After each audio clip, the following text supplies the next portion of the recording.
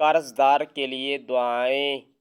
انس بن مالک رضی اللہ عنہ کہتے ہیں کہ میں نے نبی صلی اللہ علیہ وسلم کی خدمت کرتا تھا تو میں اکثر آپ کو یہ دعا پڑھتے سنتا تھا: اللہم انی اعوذ بک من الہم والحزن والعجز والکسل والجبن والبخل وضلع الدین وغلبۃ الرجال۔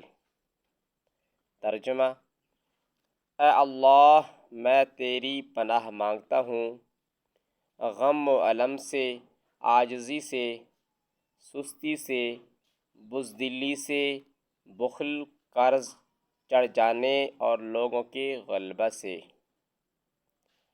علی رضی اللہ عنہ سے روایت ہے کہ ایک مکاتب غلام نے ان کے پاس آ کر کہا کہ میں اپنی مکاتبت کی رقم ادا نہیں کر رہا ہوں، آپ ہماری کچھ مدد فرما دیجیے۔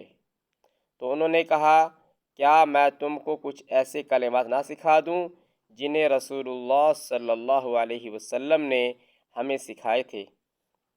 اگرچہ تیرے پاس پہاڑ کے برابر قرض ہو تو وہ تیری جانب سے اللہ سے ادا فرما دے گا۔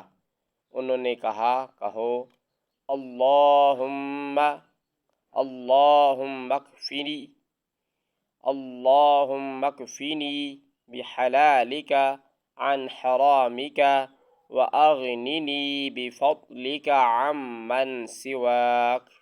ترجمہ: اے اللہ، تو ہمیں حلال دے کر حرام سے کفایت کر دے اور اپنے فضل، رزق، مال و دولت سے نواز کر اپنے سوا کسی اور سے مانگنے سے بے نیاز کر دے۔ جزاک اللہ۔